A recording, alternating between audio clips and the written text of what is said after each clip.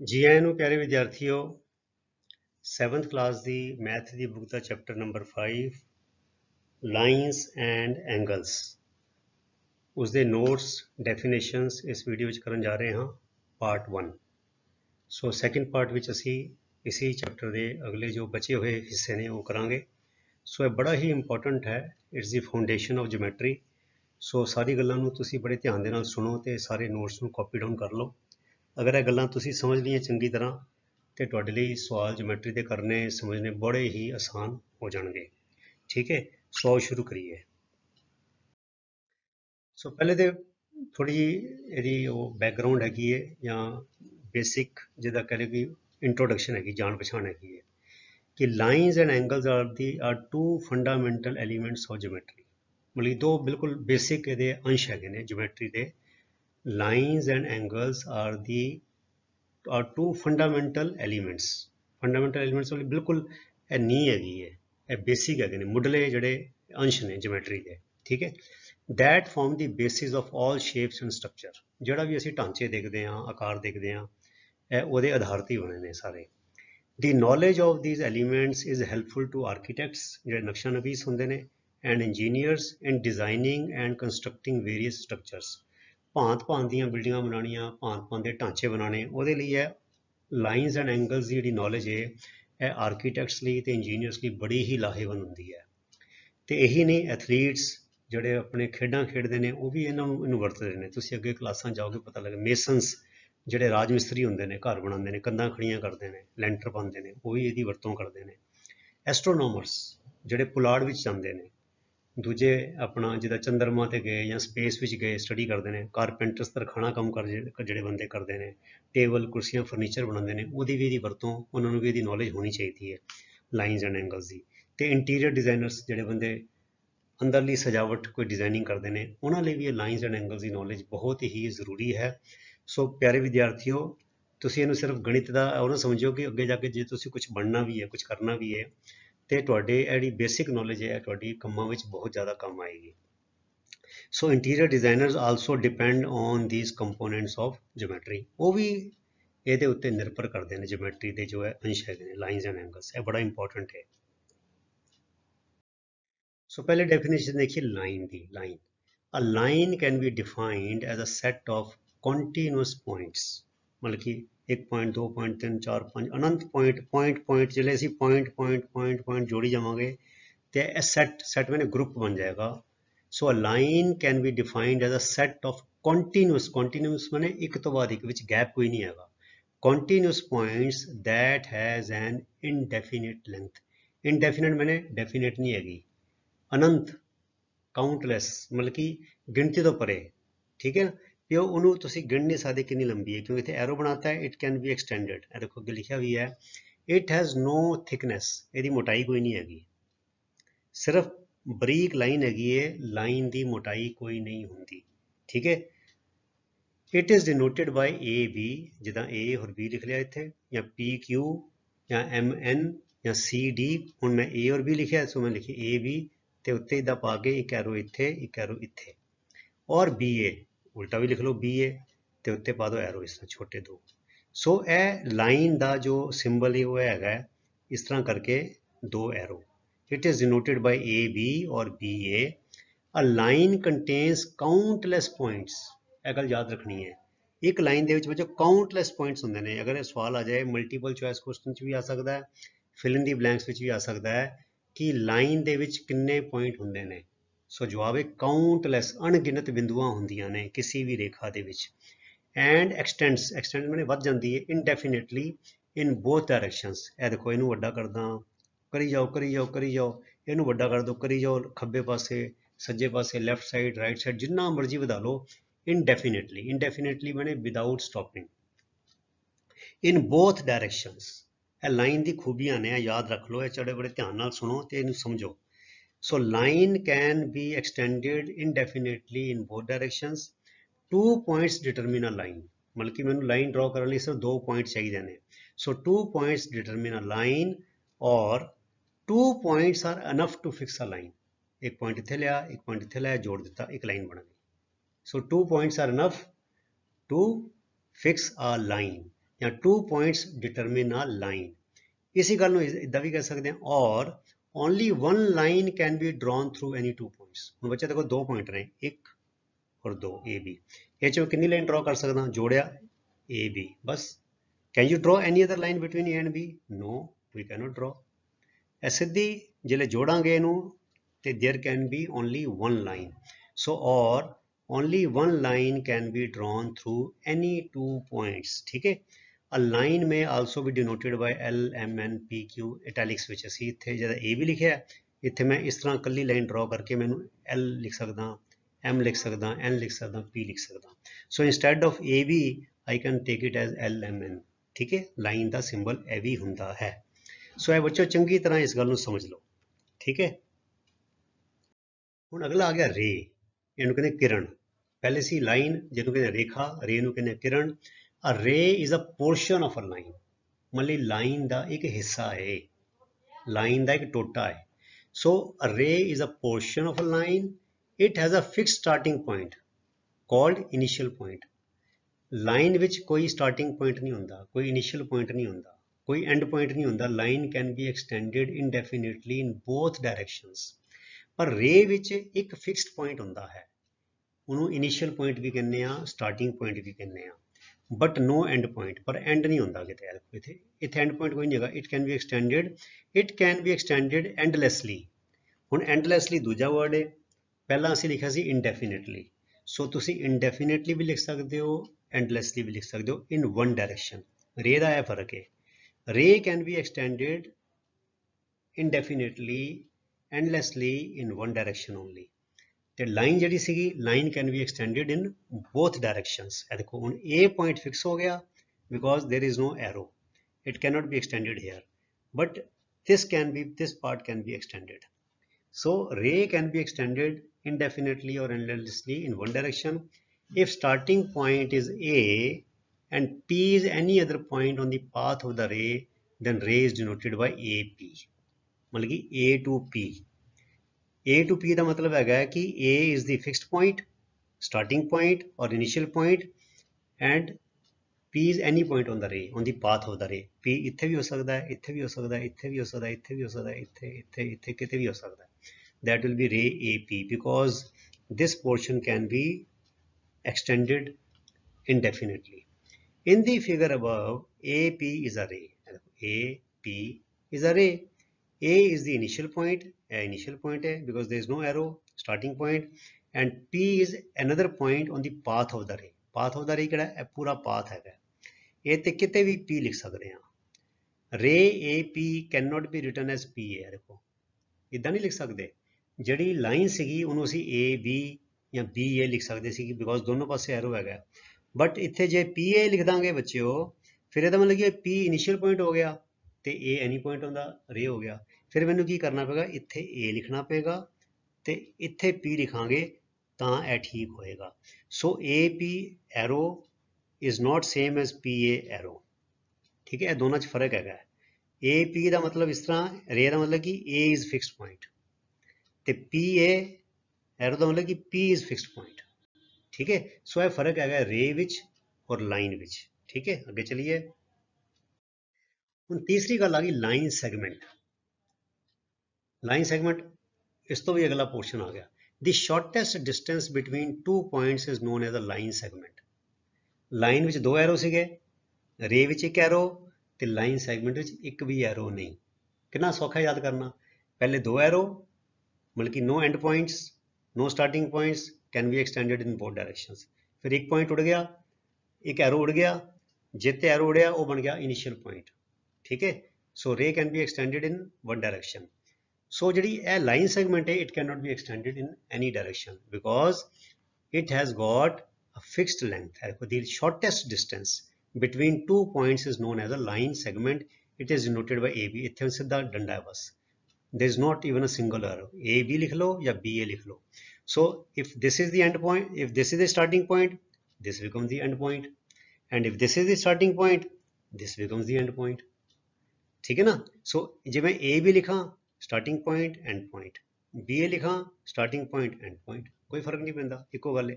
line segment is a part of a line and has 2 end points। ਦੇਖੋ end point दोनों and point ने।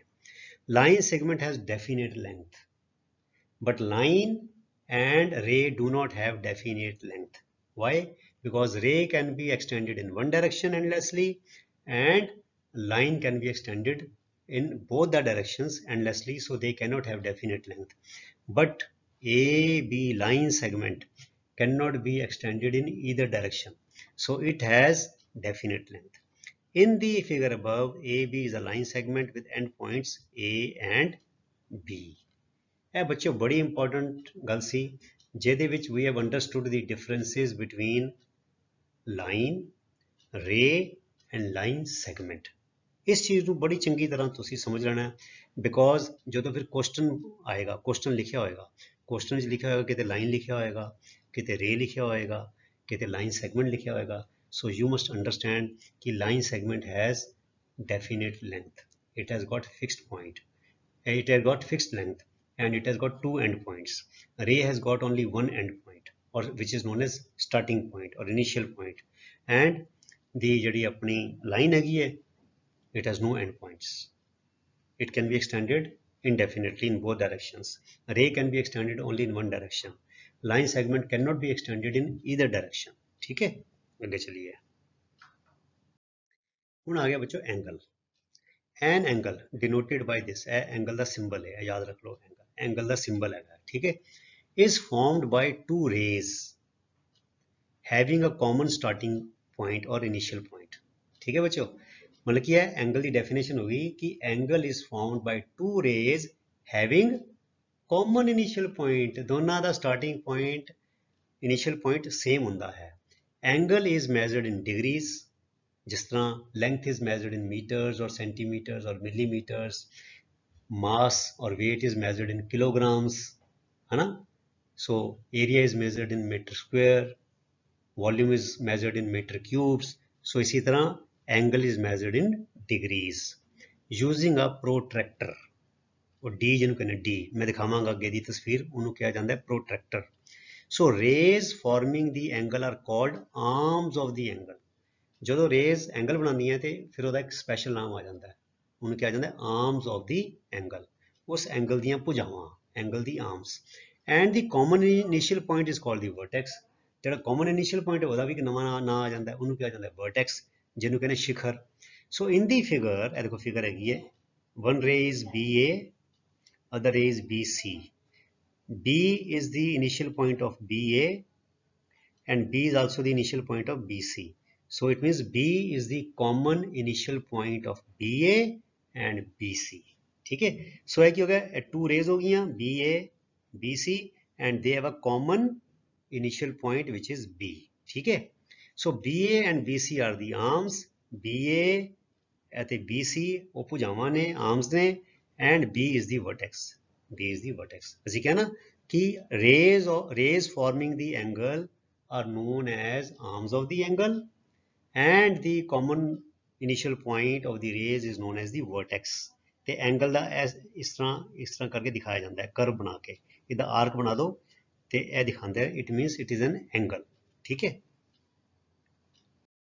ਹੁਣ ਦੇਖੋ ਜੀ ਹੈਗਾ ਪ੍ਰੋਟਰੈਕਟਰ, ਇਸ ਤਰ੍ਹਾਂ ਹੁੰਦਾ ਡੀ, ਇਹਨੂੰ ਕਿਹਾ ਜਾਂਦਾ ਪ੍ਰੋਟਰੈਕਟਰ। ਇਹ ਦੇਖੋ ਡਿਗਰੀਜ਼ ਵਿੱਚ ਹੈਗਾ, ਇਹ 0 degree, 10 degree, 20 degree, 30 degree, 40 degree, ਤੇ ਜੇ ਇਧਰੋਂ ਮੈਜ਼ਰ ਕਰਨਾ ਹੈ ਫਿਰ ਇੱਥੇ ਅੰਦਰਲੇ ਪਾਸੇ ਇਹ 0, ਇਹ 10, 20, 30, ਇਹ ਜਿਹੜਾ ਪੁਆਇੰਟ ਹੈ ਬੱਚਿਓ, ਇਹ ਵਾਲਾ ਪੁਆਇੰਟ ਵਰਟੈਕਸ ਤੇ ਰੱਖਿਆ ਜਾਂਦਾ ਹੈ।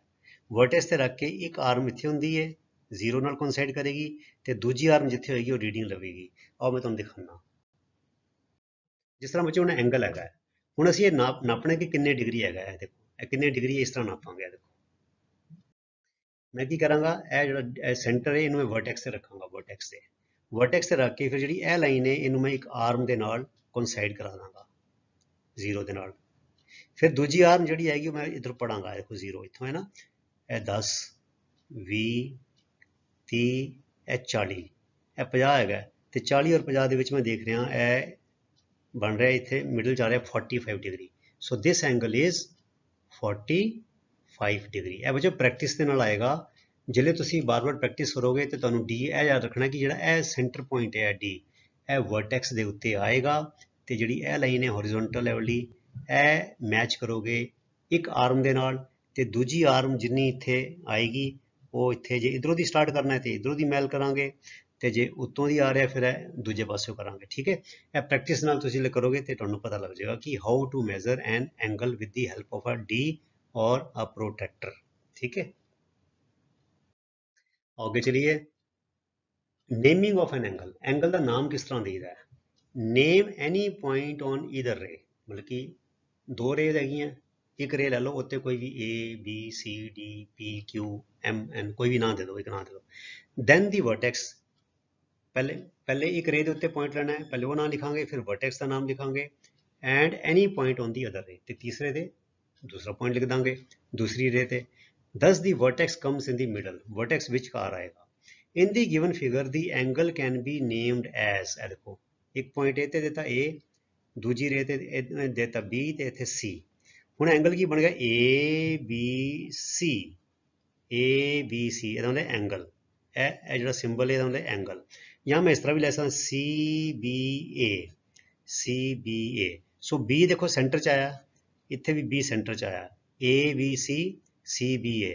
सो vertex in the middle, vertex comes in the middle, A B C B ए।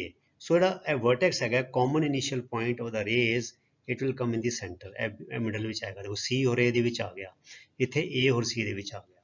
ਠੀਕ ਹੈ, ਸੋ ਇਹ ਜਿਹੜਾ ਐਂਗਲ ਹੈ ਇਹਦੇ ਦੋ ਨਾਮ ਨੇ, ਦੋਨੋਂ ਨਾਮ ਠੀਕ ਨੇ, ए बी सी ਵੀ ਲਿਖ ਸਕਦੇ ਹਾਂ ਤੇ सी बी ए ਵੀ ਲਿਖ ਸਕਦੇ ਹਾਂ। ਠੀਕ ਹੈ ਬੱਚਿਓ। ਹੁਣ ਆ ਗਿਆ zero angle, 0 degree.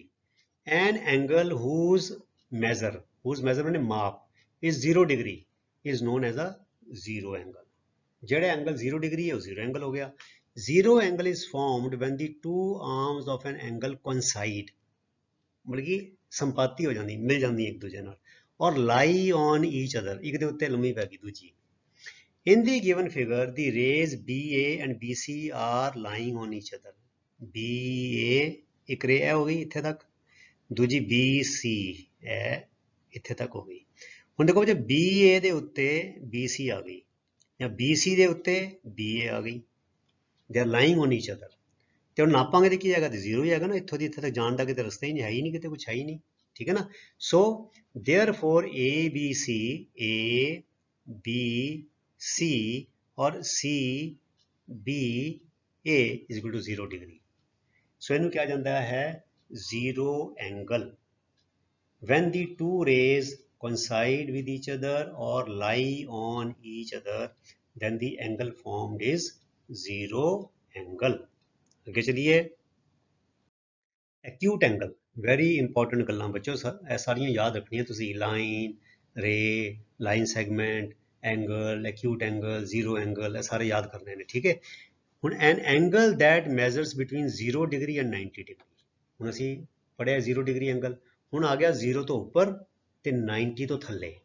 So an angle that measures between 0 degree and 90 degree, that is brackets लिखते हैं acute angle greater than 0 degree and less than 90 degree।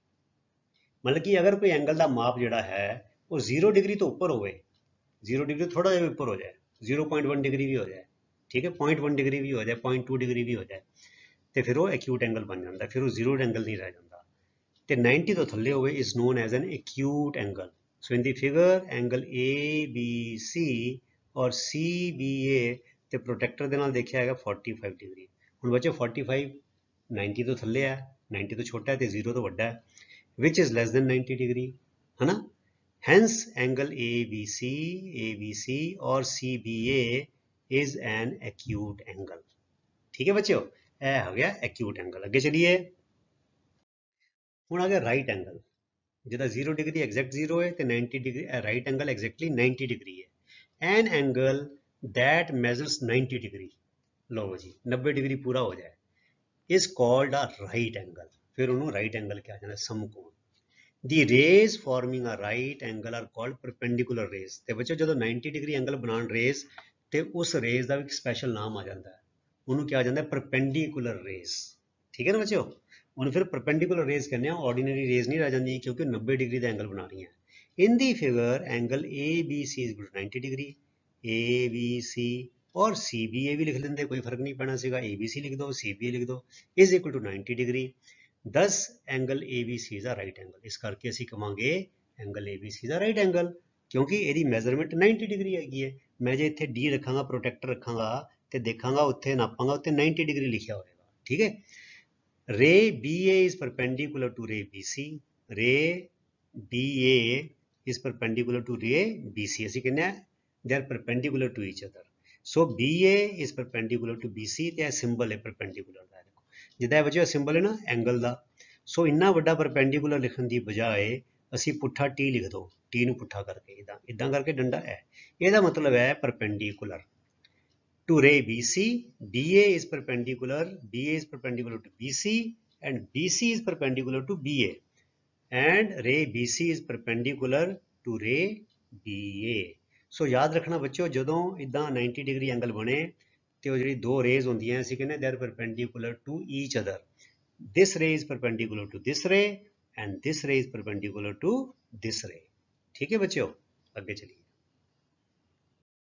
ਹੁਣ ਆ ਗਿਆ ਬੱਚਿਓ 90 ਡਿਗਰੀ ਤੋਂ ਉੱਪਰ। ਹੁਣ ਅਸੀਂ ਅੱਗੇ ਵਧਦੇ ਪਏ ਨਾ, ਤਰੱਕੀ ਹੋ ਰਹੀ ਹੈ। ਪਹਿਲੇ 0 ਡਿਗਰੀ ਕੀਤਾ, ਫਿਰ 0 ਤੋਂ ਉੱਪਰ ਤੇ 90 ਡਿਗਰੀ ਤੋਂ ਥੱਲੇ ਕੀਤਾ, ਉਹਨੂੰ ਕਹਿੰਦੇ ਐਕਿਊਟ ਐਂਗਲ। ਫਿਰ ਅਸੀਂ 90 ਡਿਗਰੀ ਕੀਤਾ, ਉਹਨੂੰ ਕਹਿੰਦੇ ਆ ਰਾਈਟ ਐਂਗਲ। ਹੁਣ ਆ ਗਿਆ 90 ਡਿਗਰੀ ਤੋਂ ਉੱਪਰ ਪਰ 180 ਡਿਗਰੀ ਤੋਂ ਥੱਲੇ ਥੱਲੇ। ठीक है। So an angle that measures between 90 degree and 180 degree, अर्थात obtuse angle is greater than 90 degree less than 180 degree। 90 degree नहीं होना चाहिए। जे 90 degree ते right angle बन जाएगा, 90 degree तो ऊपर होना चाहिए।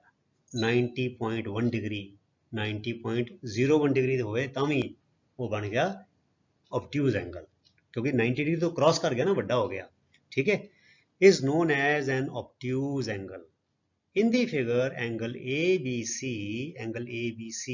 और angle CBA is equal to 120 degree. देखो ना, देखो इतने 0 सी दोनों मिल गई, फिर एक्यूट बन गया, फिर इदा लाइन की 90 हो गया और 90 तो घूम के लाइन ए वाली इधर आ गई, ज़्यादा हो गया, हम 120 डिग्री हो गया। इतने तक तो 90 सीगा, 90 इतने तक 90 सी था, है ना, राइट एंगल। हुण होर अगे चली गई रे तो यह बन गया 120 डिग्री। ਹੁਣ 120 ਡਿਗਰੀ 90 ਤੋਂ ਉੱਪਰ ਹੈਗਾ, 180 ਤੋਂ ਛੋਟਾ ਹੈਗਾ। ਵਿਚ lies between 90 degree and 180 degree. ਠੀਕ ਹੈ ਜੀ। ਹੁਣ ਤੁਸੀਂ ਕਿਹਾ ਇਸ ਤਰ੍ਹਾਂ ਤੈਨੂੰ obtuse ਕਹਿਣਾ ਚਾਹੇਗਾ।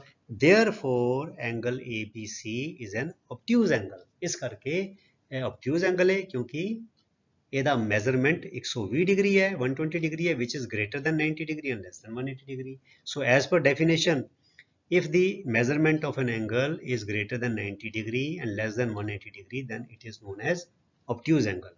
therefore angle ABC is an obtuse angle। वाह जी वाह, आगे चलिए। कितना सौखा काम है ना। straight angle, लो जी straight angle आ गया।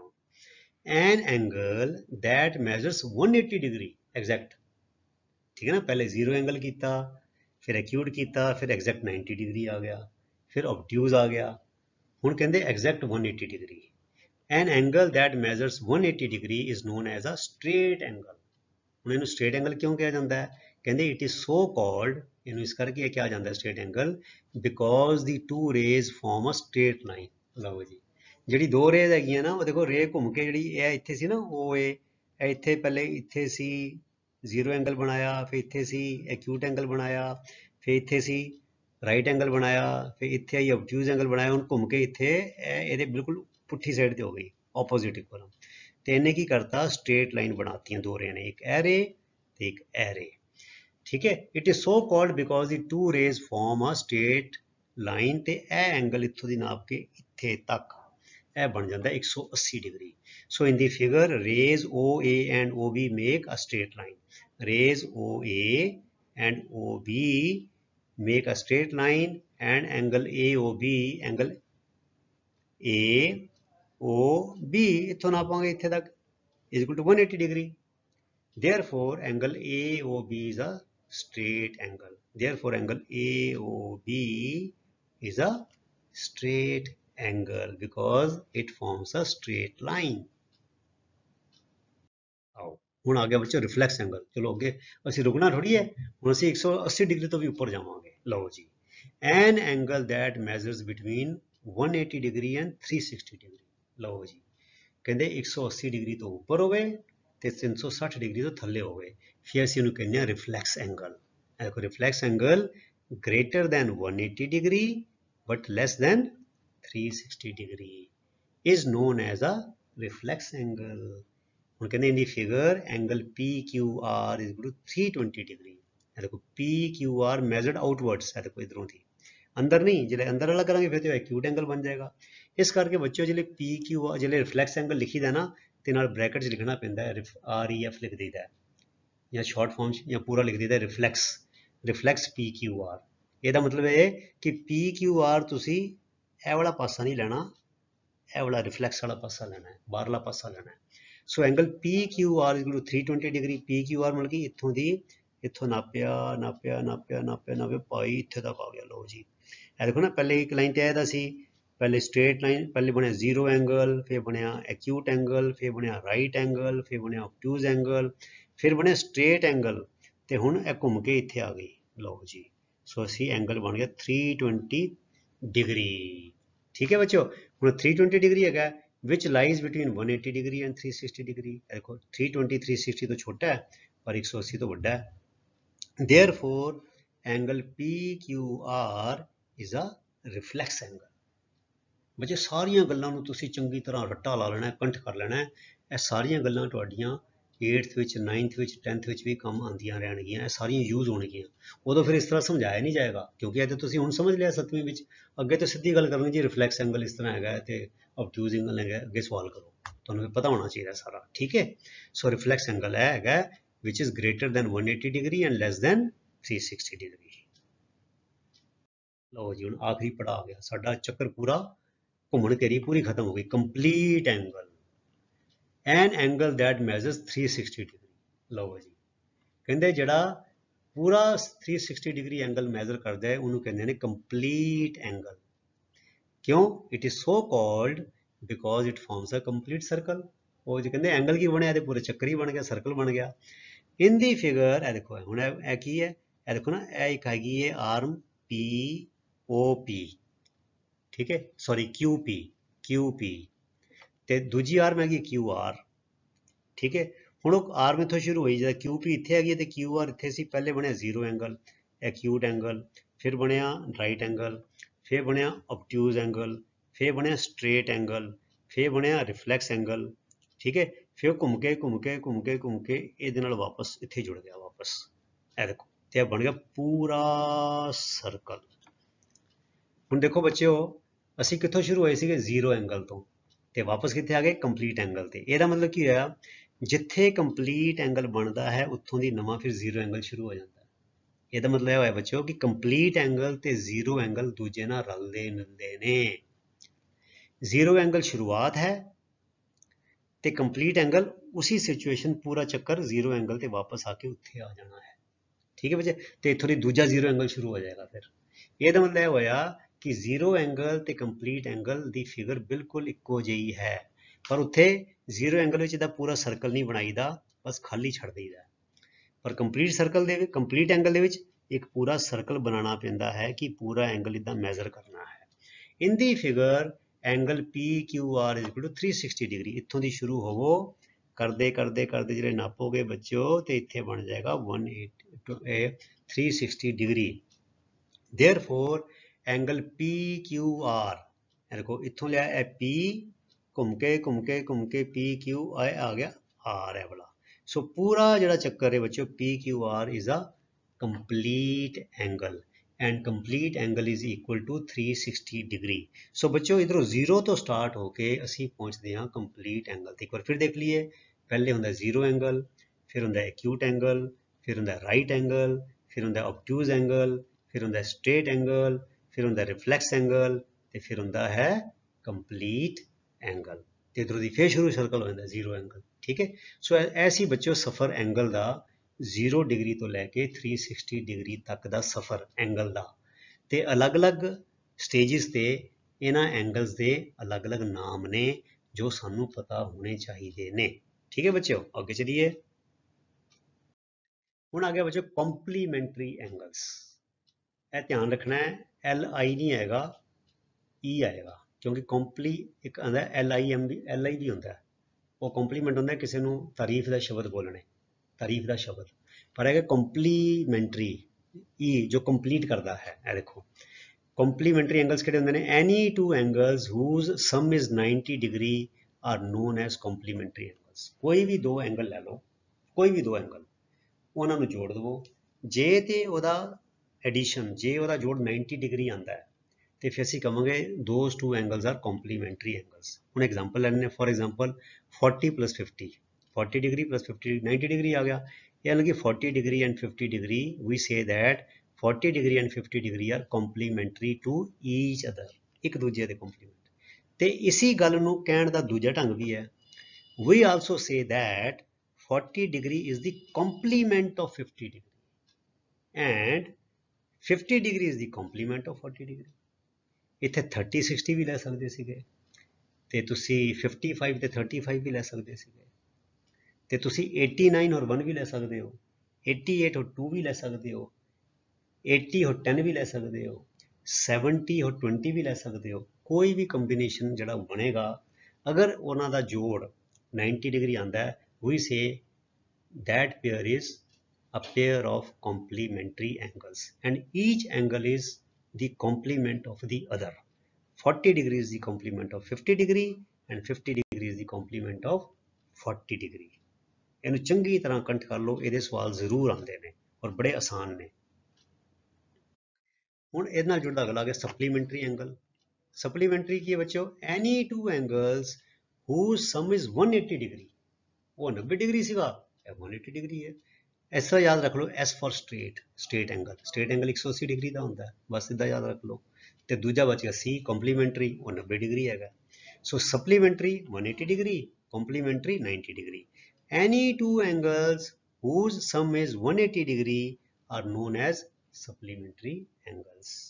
For example 95 degree plus 85 degree to 180 degree, 120 + 60, 150 + 30, 110 + 70 है ना, 90 + 90, ਜਿਹੜਾ ਮਰਜ਼ੀ ਲਾ ਲਓ, 95 degree = 85 degree to 180 degree. we say that 95 degree and 85 degree are supplementary to each other। ਤੇ ਦੂਜਾ ਕਹਿਣ ਦਾ ਢੰਗ ਕੀ ਹੈ, we also say that 95 degree is the supplement of 85 degree and 85 degree is the supplement of 95 degree. ਇਹ ਸਾਨੂੰ ਦੋਨੋਂ ਸ਼ਬਦਾਵਲੀਆਂ ਪਤਾ ਹੋਣੀਆਂ ਚਾਹੀਦੀਆਂ, ਸਪਲੀਮੈਂਟਰੀ ਤੇ ਸਪਲੀਮੈਂਟ। ਠੀਕ ਹੈ ਬੱਚਿਓ। ਸੋ ਇਹ ਜਿਹੜੀ ਚੀਜ਼ਾਂ ਨੇ, ਇਹਨਾਂ ਨੂੰ ਚੰਗੀ ਤਰ੍ਹਾਂ ਸਮਝ ਲੈਣਾ ਚਾਹੀਦਾ ਹੈ ਔਰ ਆਪਣੇ ਮੂੰਹ ਤੇ ਚਾੜ ਲੈਣਾ ਚਾਹੀਦਾ ਹੈ ਕਿ they are supplementary to each other, ਜਾਂ ਇੱਦਾਂ ਕਹਾਂਗੇ ਇਸ the supplement of this and this is the supplement of this. ਠੀਕ ਹੈ ਜੀ, ਅੱਗੇ ਚਲੀਏ। ਹੁਣ ਆ ਗਿਆ adjacent angles. Two angles are set to be adjacent angles if they satisfy the following three conditions। ਇਹਦੀਆਂ ਤਿੰਨ ਸ਼ਰਤਾਂ ਨੇ ਭਾਜੀ। ਕਹਿੰਦੇ ਅਸੀਂ ਤੁਹਾਨੂੰ ਐਡਜਸੈਂਟ ਐਂਗਲ ਤਾਂ ਕਵਾਂਗੇ ਜੇ ਤੁਸੀਂ ਤਿੰਨ ਸ਼ਰਤਾਂ ਪੂਰੀਆਂ ਕਰੋਗੇ। ਉਹ ਕਿਹੜੀਆਂ ਕਿਹੜੀਆਂ ਤਿੰਨੋਂ ਸ਼ਰਤਾਂ ਪੂਰੀਆਂ ਹੋਣੀ ਚਾਹੀਦੀਆਂ? ਦੇ ਹੈਵ ਅ ਕਾਮਨ ਆਰਮ, ਉਹਨਾਂ ਦੀ ਇੱਕ ਆਰਮ ਕਾਮਨ ਹੋਣੀ ਚਾਹੀਦੀ ਹੈ। ਤੁਹਾਨੂੰ ਪਤਾ ਹਰ ਐਂਗਲ ਦੀ ਦੋ ਆਰਮਸ ਹੁੰਦੀਆਂ। ਸੋ ਇੱਥੇ ਦੋ ਐਂਗਲਸ ਦੀ ਗੱਲ ਹੈ, ਐਡਜਸੈਂਟ ਐਂਗਲਸ। ਇਹਦਾ ਮਤਲਬ ਕੀ ਹੋਇਆ ਕਿ 2 + 2 4 ਆਰਮਸ ਹੋਣਗੀਆਂ, ਪਰ ਕਹਿੰਦੇ ਇੱਕ ਆਰਮ ਜਿਹੜੀ ਕਾਮਨ ਹੋਣੀ ਚਾਹੀਦੀ ਹੈ, ਉਹਦੇ ਵੀ ਉਹਦੀ ਵੀ। ਦੂਜੀ ਗੱਲ, ਦੇ ਹੈਵ ਅ ਕਾਮਨ ਵਰਟੈਕਸ। ਲਓ ਜੀ, ਵਰਟੈਕਸ ਵੀ ਕਾਮਨ ਹੋਣਾ ਚਾਹੀਦਾ ਹੈ, ਵਰਟੈਕਸ ਵੱਖਰੇ ਵੱਖਰੇ ਅਲਾਉਡ ਨਹੀਂ ਹੈਗੇ। ਤੇ ਤੀਸਰੀ ਗੱਲ ਹੈ ਇਹਦੀ ਨॉन ਕਾਮਨ ਆਰਮਸ। ਅਗਰ ਇਹ ਕਾਮਨ ਹੈ ਤੇ ਬਾਕੀ ਨॉन ਕਾਮਨ ਹੋਣਗੀਆਂ। Lie on either side of the common arm. ਇਹ ਤਿੰਨ ਸ਼ਰਤਾਂ ਨੂੰ ਬੱਚਿਓ ਕੰਠ ਕਰ ਲਓ, ਯਾਦ ਕਰ ਲਓ। ਹੁਣ ਤੁਸੀਂ ਐਗਜ਼ਾਮਪਲ ਨਾਲ ਸਮਝਾਂਗੇ। ਆਓ ਦੇਖੀਏ। adjacent angles continuous in the given figure OY is the common arm। देखो OY common arm है ना, देखो because it is the arm of angle XOY and it is also the arm of angle YOZ। J angle में YOZ लवां तो एक arm हैगी OZ, एक arm हैगी OY। तो जे मैं लवां एंगल XOY तो यदी एक आर्म हैगी OX, दूजी हैगी OY। ਇਹਦਾ मतलब की होएगी OY is the arm of this angle and OY is the arm of also this angle। ਤੇ OY arm ਕਿਹੜੀ ਹੋ ਗਈ? common ਹੋ ਗਈ, ਦੋਨਾਂ ਦੀ ਸਾਂਝੀ ਹੋ ਗਈ। so OY is the common arm and O is the common vertex। ਲਓ ਜੀ, ਇਹ vertex, ਇਸ ਐਂਗਲ ਦਾ vertex ਵੀ O ਹੈਗਾ ਤੇ ਇਸ ਐਂਗਲ ਦਾ vertex ਵੀ O ਹੈਗਾ। ਸੋ vertex ਵੀ ਹੋ ਗਿਆ common। ਹੁਣ ਬੱਚੋ ਇਹ ਹੋ ਗਈ ਨॉन ਕਾਮਨ। OX ਜਿਹੜੀ ਹੈ ਆਰਮ, ਇਹ ਇਕੱਲੀ XOY ਦੀ ਹੈਗੀ ਹੈ, YOZ ਦੀ ਨਹੀਂ ਹੈਗੀ। ਇसी तरह OZ ਜਿਹੜੀ ਆਰਮ ਹੈਗੀ ਹੈ ਉਹ ਐਂਗਲ YOZ ਦੀ ਹੈਗੀ ਹੈ, XOY ਦੀ ਨਹੀਂ ਹੈਗੀ। So it means arms OX and arms OZ are the non-common arms. They are not common. So ਇਹ ਦੋ ਸ਼ਰਤਾਂ ਪੂਰੀਆਂ ਹੋ ਗਈਆਂ. OY is the common arm. Adjacent angles should have a common arm. O is the common vertex, है ना, a common vertex हो गया. The non-common arms OX and OZ, they lie on either side of the common arm. ਹੁਣ common arm ਹੈਗੀ OY ਤੇ ਇੱਕ non-common ਇੱਥੇ ਹੈਗੀ ਹੈ ਤੇ ਇੱਕ non-common ਇੱਥੇ ਹੈਗੀ ਹੈ. ਸੋ ਤਿੰਨੋਂ ਸ਼ਰਤਾਂ ਪੂਰੀਆਂ ਹੋ ਗਈਆਂ, ਹੈ ਨਾ. common arm भी हो गई, common vertex भी हो गया, ਤੇ non-common arms are lying on either side of the common arm. common arm OY either side बने, एक non-common arm एक पासे होएगी, दूजी non-common arm दूजे पासे होएगी. So all three conditions are satisfied. Therefore, angle XOY and angle YOZ and angle YOZ are adjacent angles. बड़ा ही इंपॉर्टेंट है, ठीक है. सो बच्चों जब भी डिटरमिन करना होवे ਅਸੀਂ ਪੰਜਾਬੀ ਜਿਹਨੂੰ ਕਹਿੰਦੇ ਲਾਗਵੇਂ ਕੋਣ, ਲਾਗਵੇਂ ਮੈਨੇ ਨਾਲ ਜੁੜੇ ਹੋਏ. ਸੋ ਐਡਜੈਸੈਂਟ ਐਂਗਲਸ ਦੀ ਤਿੰਨ ਕੰਡੀਸ਼ਨਸ ਦੇਖਣੀਆਂ.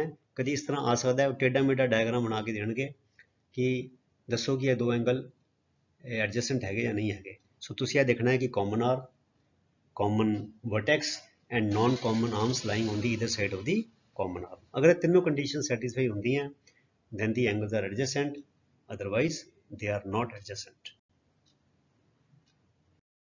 ਹੁਣ ਆਗੇ linear pair. If the sum of the measures of two adjacent angles is 180 degree. देखो बच्चों पहले adjacent angle पढ़ लिया, ਹੁਣ ਇਹ adjacent angle ਦੀ special किस्म आ गई, special category. If the sum of the measures of two adjacent angles is 180 degree, then the pair is known as a linear pair. linear मैंने adjective of line तो बने linear pair, linear जोड़ा. ए देखो ए आ गया बच्चों, ए line हो गई है, ए लाइन हो गया, देखो adjacent है ना. O is the common vertex, OC is the common arm, OA is the non-common arm, OB is the non-common arm. So OA non-common arm is one side of common arm OC and the other non-common arm is on the other side of the common arm. So OC is common arm, OA is non-common arm, OB is non-common arm, non-common arm OB is on this side, non-common arm OA is on this side, and O is the common vertex. It is vertex of this angle and O is also the vertex of this angle. So adjacent angle हो गए, ते adjacent angle की बन रहे हैं, straight angle भी बना रहे हैं, straight angle linear है ना.